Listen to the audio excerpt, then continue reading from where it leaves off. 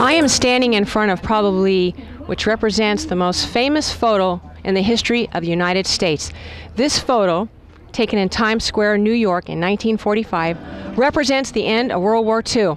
And today we're going to have the pleasure and the honor to meet the nurse in this photo, Edith Shain. With me right now is Miss Edith Shain. First of all, I want to say it's such an honor to meet you, and you played such an important role in World War II, being a nurse, but most importantly, you're a famous guest here today for that photo of you kissing the sailor. So tell us a little bit about that day in Times Square, New York. Well, of course, you all know what a memorable day that was. And what the picture represents is what that day was about. The loyalty, the love, the comradeship, the hopes, the dreams. Tomorrow, it was about tomorrow. And everyone came back determined to do what they could for their country, because they already had given so much of their lives for their country. They had a lot of respect. They had been trained, and they were respectful to the country and the flag, and so they carried that over to their lives. They created a wonderful time for the United States. They built us back again to where we were. And I am so touched by what they did that makes me feel like crying to see these men who are still with us and what they did. They were prisoners of war. They were out there in all the different countries and learned about different people. That was another fallout of the war.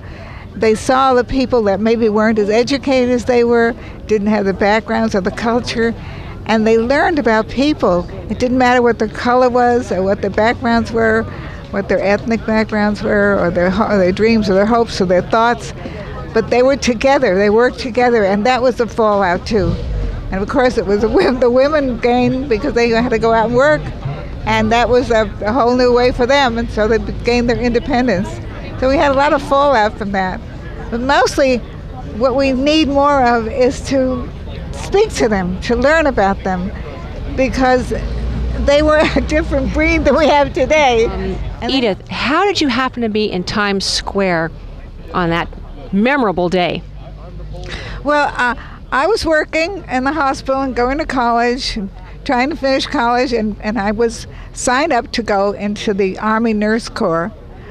And when at work we heard that the war was over, well, everybody runs to Times Square for every event. You know, I was just talking to a New Yorker, and she remembers the Times building and the sign going across the top of the building, which was just so thrilling. And I went there fairly early. It wasn't that crowded when I went there. It got to be later in the evening where we couldn't walk through the place. But when I was there was still room to have Sailor come up and kiss me. I was just standing there, and matter of fact, I wasn't there but just for a very few minutes, because we just come out of the subway. And I walked up there, and this man grabbed me and kissed me, and I was willing for him to hold me and kiss me because he had been fighting for me, and I was grateful for that. But after that was over, I turned around and walked away. And then a soldier grabbed me, and then I had to do a term paper anyhow, so I left Times Square and went home. But the whole incident became, such a marvelous thing because of what that photograph that Eisenstadt took. If it wasn't for Eisenstadt, we wouldn't have had that, because he was such a skilled photographer. And he did a lot of work in black and white, and he told me later when I got to know him that he had waited, because it was during the summer. Most of the sailors were in white, in dark blue. No, they were in white, I'm sorry. And so he waited until somebody came with a contrasting color. And so when I was in white, he grabbed a sailor who was in dark blue. And we don't know who the sailor is. We'll never know who he is, because we never looked at each other. I don't know if he looked at me. I didn't look at him.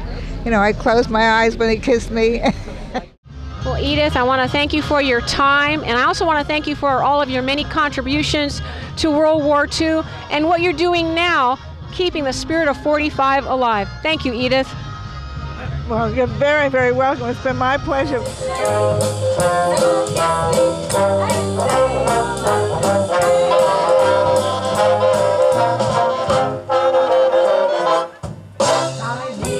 Edith Shain, you Thank you for tuning in, and I want you to remember that when I'm on the town, you're on the town.